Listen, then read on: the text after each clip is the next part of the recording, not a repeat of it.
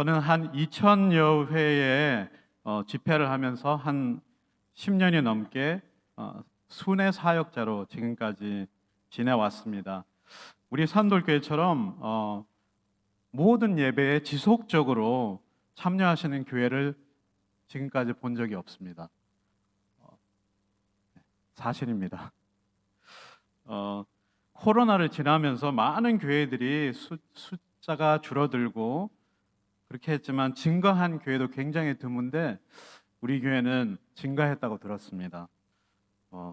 이렇게 수요일, 금요일 오후 찬양 예배까지 지속적으로 하나님께 사랑을 표현하는 여러분에게 하나님의 큰 은혜가 있을 줄 믿습니다. 아멘.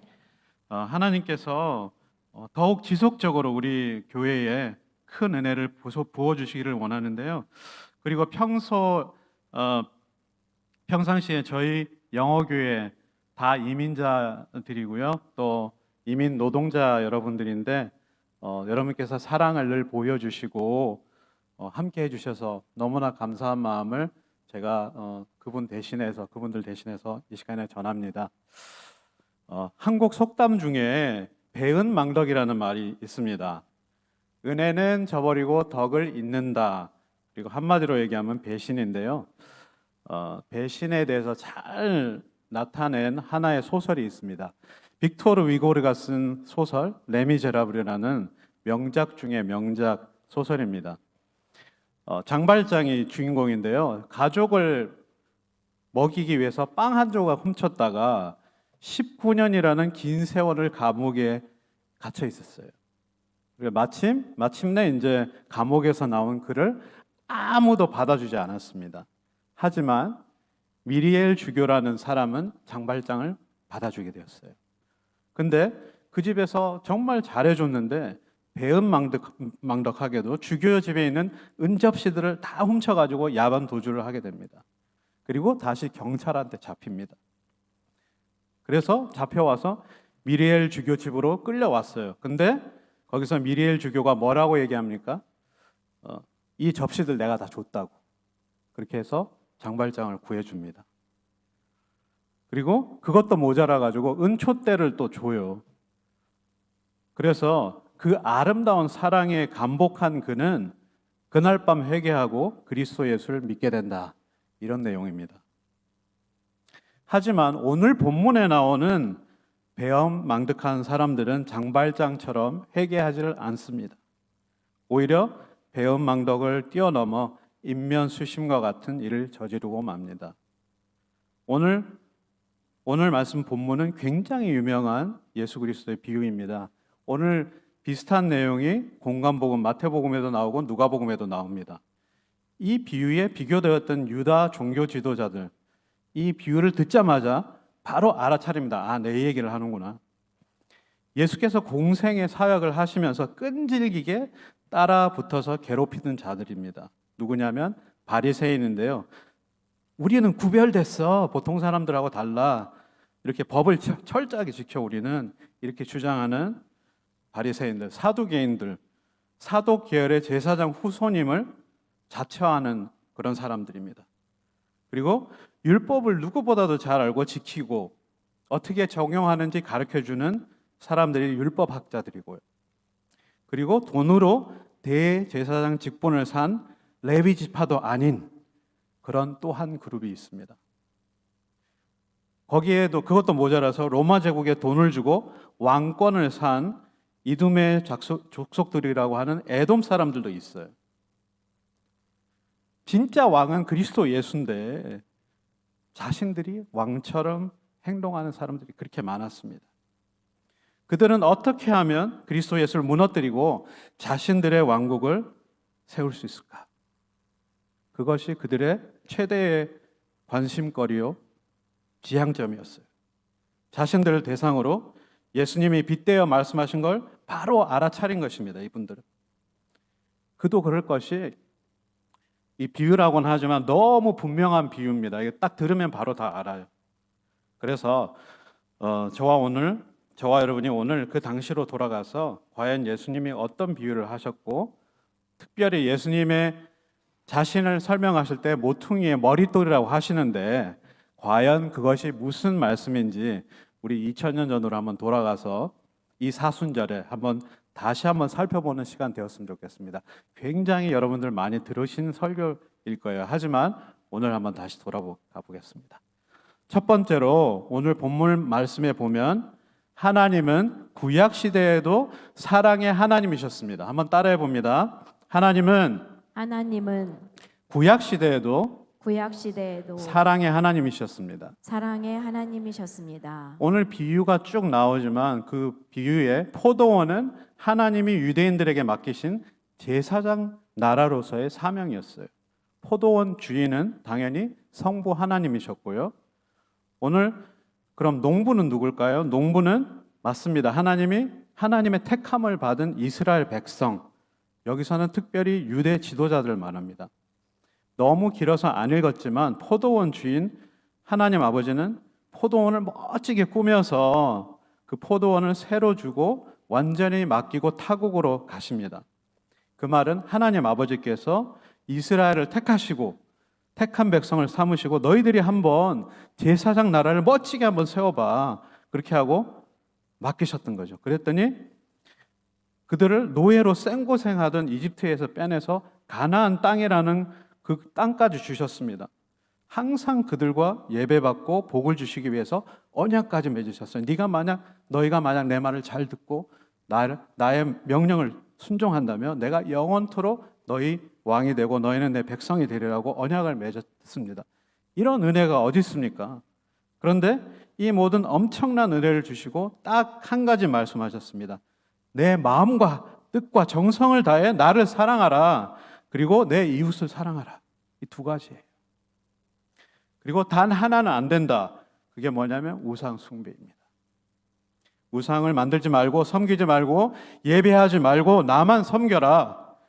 왜냐하면 나는 예배받기에 합당한 단 하나의 존재이기 때문이다. 믿으십니까? 아멘. 그런데 이거 하나 지킬 수 없었어요. 절대로 지킬 수가 없었고 동생인 모세가 하나님의 말씀을 받으러 간 그 사이에 바로 금송아지를 만들어 그걸 금송아지를 여호와 하나님이라고 얘기하고 있습니다.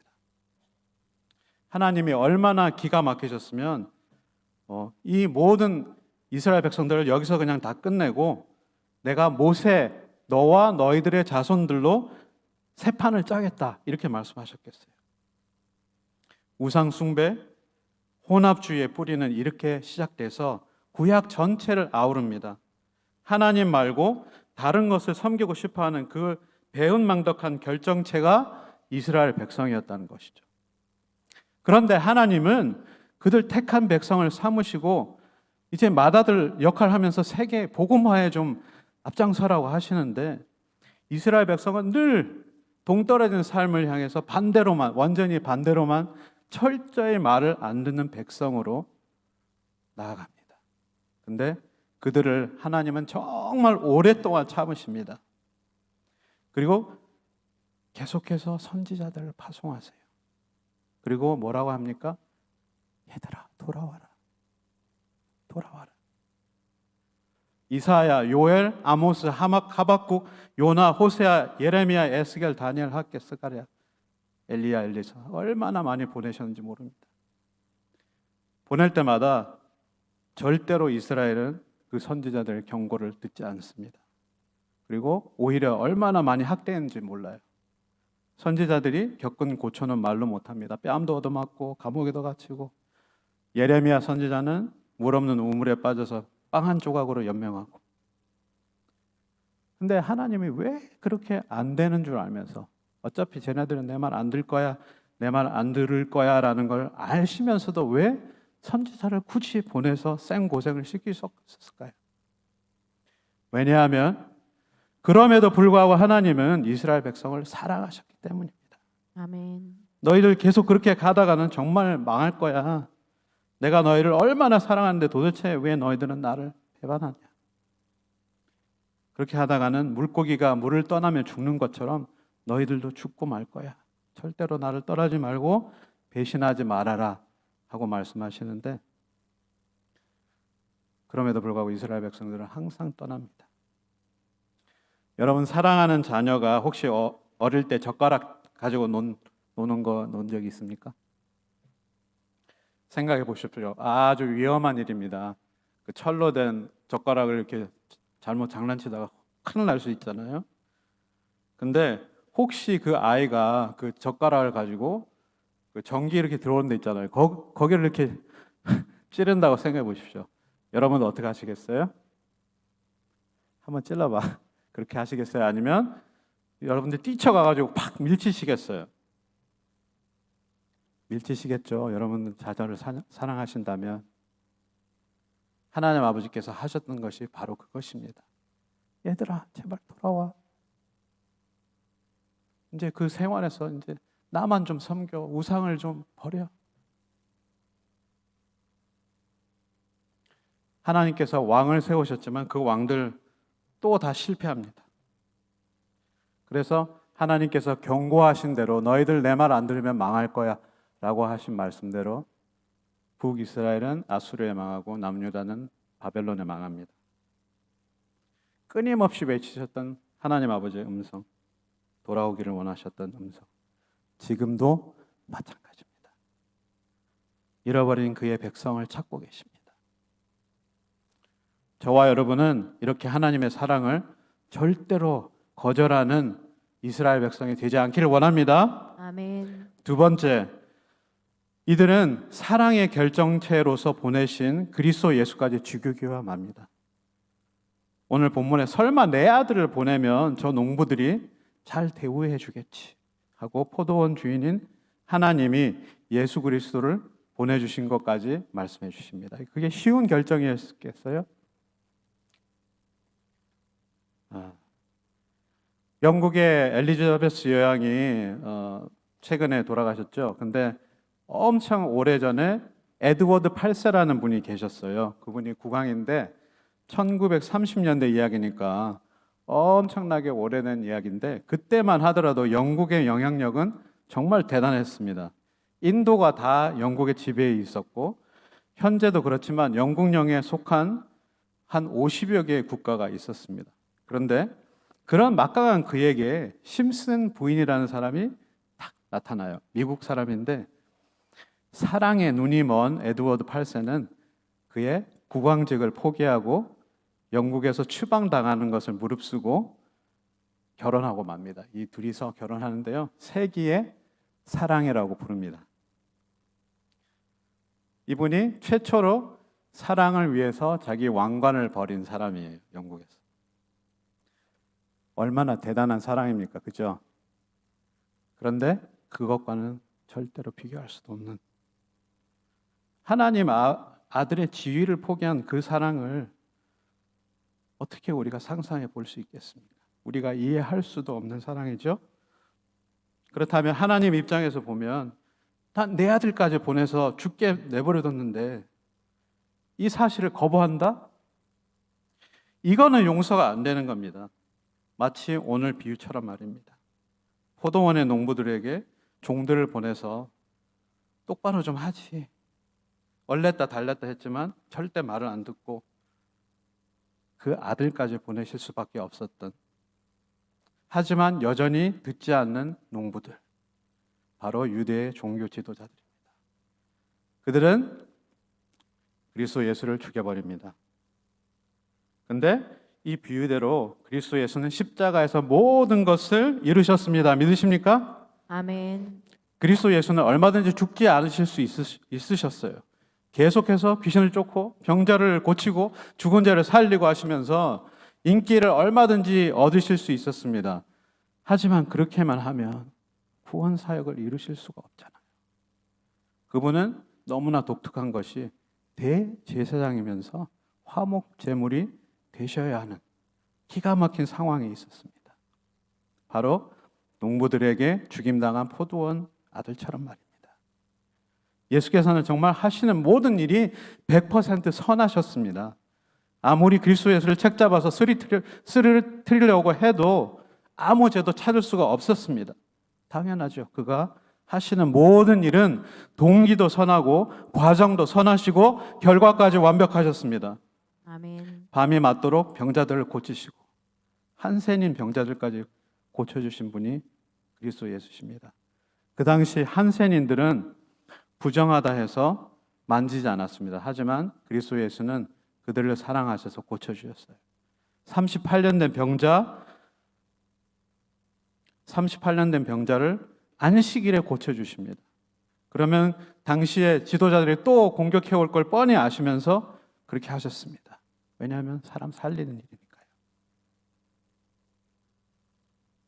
그런데 이 모든 것을 우리 다 팽개치고 선하신 예수를 그 당시 종교자들은 죽이고야 맙니다. 이 이유를 비유해서 말씀하십니다. 이 사람의 주인의 재산을 물려받을 이들이 아닌가. 자, 그를 죽이고 우리가 그의 재산을 찾아하자. 결국 그들의 관심은 재산이었던 것이죠. 육신적이었던 것이죠. 명예, 안목의 정욕, 이런 것들이 그들이 추구하는 것이었기 때문입니다.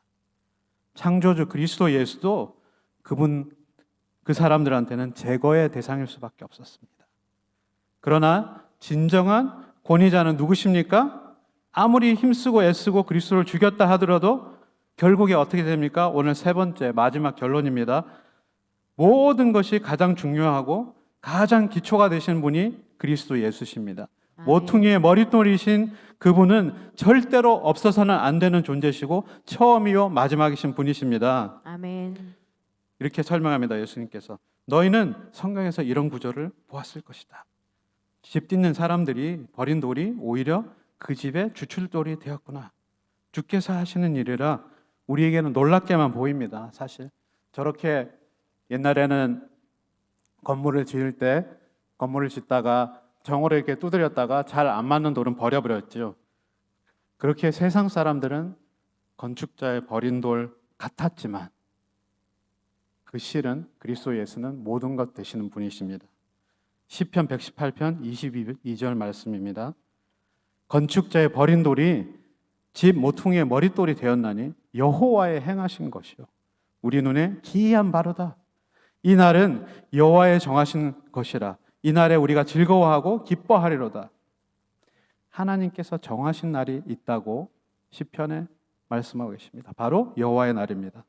아멘. 그리스도의 초림을 뜻하기도 하고 그리스도 예수가 다스리는 그런 날들이기도 하고 또 최종적으로는 재림주로 오시는 심판주 그리스도의 날이기도 합니다. 아멘. 이 예언은 다니엘서의 느부갓네살이 환상 중에 본 그런 그 신상, 금, 은, 동, 철, 흙으로 만들어진 신상, 절대로 안 무너질 것 같은 그런 신상이 하나 있었는데 어디서 돌 하나가 나타나서 그 모든 신상을 무너뜨리고 그리스도 예수께서 이긴다는 그런 환상을 다니엘을 통해서 우리가 알 수 있죠. 이 세상의 임금들이 아무리 자신들이 왕인 척 하더라도 끝나는 날이 있습니다. 20대 중반에 헬라 제국의 영토를 이집트에서 인도까지 넓혔던 알렉산더 대제, 결국에 그도 끝났어요. 이스라엘을 끝장내고 엄청난 제국을 세웠던 아수르도 그 제국이 망하는 날이 있었습니다. 바벨론한테 망했습니다. 하지만 그 바벨론도 남쪽 유다를 완전히 파괴했던 그들 역시 메데 바사 페르시아 제국에 망합니다. 또 그 페르시아는 헬라에게 망하고 헬라는 로마에게 망합니다. 로마는 영원했습니까? 아닙니다. 로마도 멸망당하고 말았습니다. 우리들 인간의 눈에 보이기에 이 세상의 모든 나라가 영원할 것 같지만 이 세상 나라의 임금들에게는 반드시 끝날 날이 있습니다. 아멘. 김일성, 김정일, 모택동, 전두환, 아디아민, 이디아민, 이만희, 문선명, 이 모든 사람들의 공통점이 있습니다. 모두 죽었습니다. 그들의 권력이 영원할 것 같았고 절대로 망하지 않을 것 같았지만 영원할 것만 같은 인간의 모든 것은 시작과 끝이 있습니다. 하지만 하나님의 나라는 시작도 없는 영원한 데서 왔고 영원히 있어 왔고 있을 것이며 영원할 것입니다. 아멘. 그 사실을 믿으시기를 바랍니다. 십자가에서 힘없이 죽어가는 것 같이 보였던 그리스도가 아니십니다. 그 누구보다도 힘 있으신 그분이 자발적으로 완전히 낮아져서 죽기까지 복종하신 것이 바로 십자가입니다. 예수님께서 그 십자가를 지시기 전에 내가 지금 당장 12사단 되는 천사들을 데리고 못 올 것 같으냐? 칼로 일어날 자는 칼로 망한다고 하셨습니다. 모든 것을 가지신 자가 아무것도 없는 분처럼 되신 것입니다. 그렇지만 언젠가 다시 오실 그날에는 심판주여 모든 이가 그를 보게 될 것입니다. 아멘. 심지어 그리스도 예수를 창으로 찔렀던 로마 군인들도 보게 될 것입니다. 그때에 바위야 산아 나를 가려다오 해도 소용없을 것입니다. 바다가 산이 사막의 강물이 그 죽었던 모든 자를 내어주게 될 것입니다. 사실 이런 모든 것들을 생각해 보면 굉장히 어메이징합니다. 그 한번 상상 여러분도 한번 해보시면 좋겠습니다. 하지만 이 모든 것은 반드시 이루어집니다. 아멘. 이 세상 모든 것이 없어진다 하더라도 그분이 하신 말씀은 영원합니다. 아멘. 그리고 그 약속을 이루어 주실 것입니다. 아멘. 그것이 저와 여러분이 보는 이 구약과 신약 아닙니까? Old Testament and New Testament. 오래된 언약, 새로운 언약. 오실 그리스도 예수, 오신 그리스도 예수, 그리고 다시 오실 그리스도 예수. 그 약속의 마지막이 주 예수여 오시옵소서. 계시록 22장 마지막 절 아닙니까? 유대 종교 지도자들이 생각할 때, 세상 왕들이 생각할 때 아무것도 아닌 줄만 알았던 그분이 실제로는 바로 하나님이셨어요. 아멘. 그들의 심판받을 때 얼마나 후회가 될 겁니까? 저분이 하나님이셨는데 내가 그를 죽이다니. 하지만 아무리 후회해도 늦을 것입니다. 이제 말씀을 맺고자 합니다. 저와 여러분은 그리스도 예수를 선택하셨습니다. 할렐루야. 아멘. 이것이 자동적으로 된 것이라고요? 아닙니다. 누군가의 수고가 있었어요. 누군가의 수고한 발, 수고한 손. 전해진 복음, 이런 모든 것이 하나님의 은혜로 우리에게 전해진 것이고 우리가 믿게 된 것입니다. 아멘. 믿음조차도 우리에게 나온 것이 아니라 하나님께서 성령을 보내셔서 믿게 하신 것입니다. 아멘. 그토록 예수를 안 믿던 누구가 현재 목사가 되어 복음 전하는 분들 얼마나 많습니까? 저도 마찬가지입니다. 저 목사 아들인데요. 옆에서 기도하는 친구 괴롭히고 막 손 꼬집어가지고 기도 못하게 하고 그랬던 사람이 접니다. 하지만 믿음 주시고 역사하셔서 나의 존재 자체가 죄라는 사실을 깨닫게 하시고 마지막에는 자발적으로 순순히 목사의 길까지 가게 하셨던 분이 바로 하나님이십니다. 하나님이 작정하신 건 반드시 이루어집니다. 아멘. 반드시 되어질 일은 그리스도 예수께서 다시 오신다는 사실입니다. 아멘. 그때는 십자가 못 박혔던 그런 모습이 아닐 것이에요. 영광에 쌓여서 이 세상의 모든 자들을 심판하러 오실 심판주가 되실 것입니다. 아멘. 사람들에게 모든 것을 주시고 생명까지 주신 그리스도 예수, 그 예수를 믿으면 구원이고 소망이요, 그 아멘. 예수를 거절하면 심판이요 절망입니다. 저와 여러분은 모퉁이 머릿돌 되시는 그리스도 예수를 다 모셔 드리셨죠? 아멘. 이제는 그리스도 예수, 그 예수를 다른 분에게 전하시는 분들 되지 않으시겠습니까? 한 명의 영혼이라도 더 아버지께로 인도하시는 저와 여러분 되시기를 소원합니다. 아멘. 이 마지막 시대에 다니엘이 되고 에스겔이 되기를 소원합니다. 아멘. 다시 오실 그분께 칭찬 듣는 저와 여러분 되시기를 다시 한번 간절히 소원하면서 제 말씀을 마치겠습니다. 할렐루야.